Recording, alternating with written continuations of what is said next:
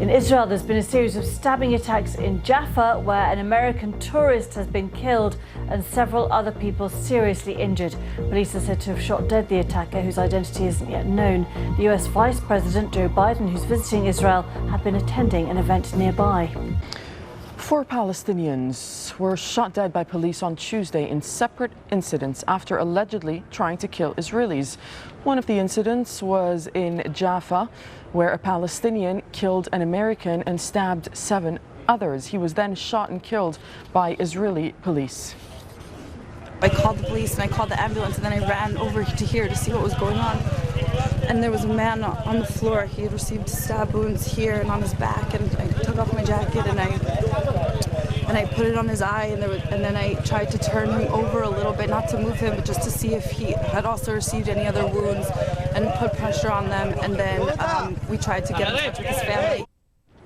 Nadim Baba with an update from Jerusalem. Well, these attacks on Tuesday are a reminder of the low-level but ongoing violence and an increase in attacks on individuals, which really started in earnest last October in occupied East Jerusalem.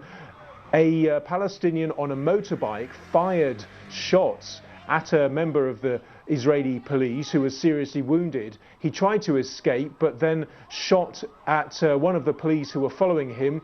One of those police officers was injured as well before the Palestinian himself was shot dead.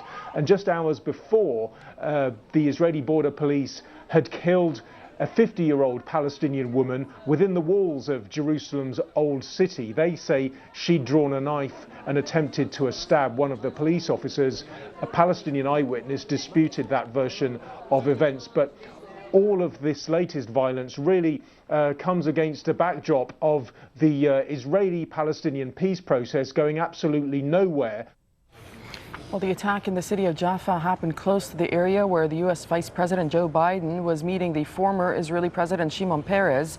He's set to meet the Prime Minister Benjamin Netanyahu and the Palestinian Authority President Mahmoud Abbas on Wednesday.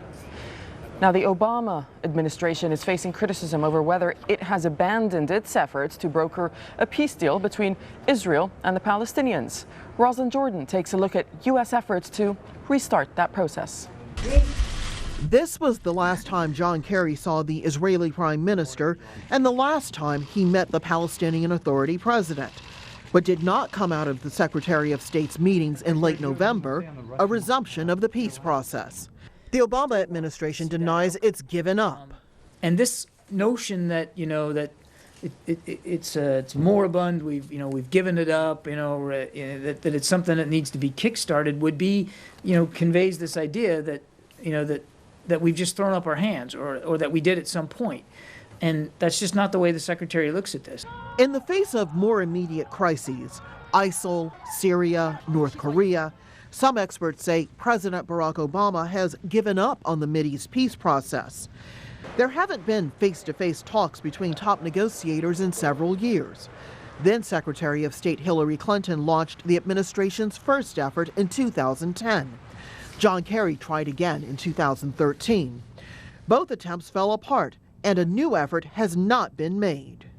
Obama's former Mideast advisor Dennis Ross recently wrote that the lack of U.S. focus is putting the vision of a two-state solution at risk, especially in light of the Israeli government's continued building of settlements in the occupied West Bank and attacks on Israelis and Palestinians.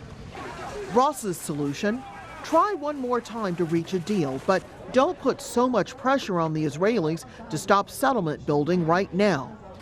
Lara Friedman of Americans for Peace Now, which opposes settlement construction, calls Ross's idea laughable. What this really is saying is we want to fundamentally change the entire concept of Israeli-Palestinian peace. We want to erase all of the understandings that both sides have agreed on since 1993, and we're going to start over based on the situation today.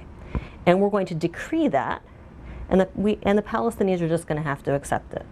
In the end, some U.S. officials say that until they see a willingness from both Palestinians and Israelis to return to talks, all they can do is wait. Rosalind Jordan, Al Jazeera, Washington.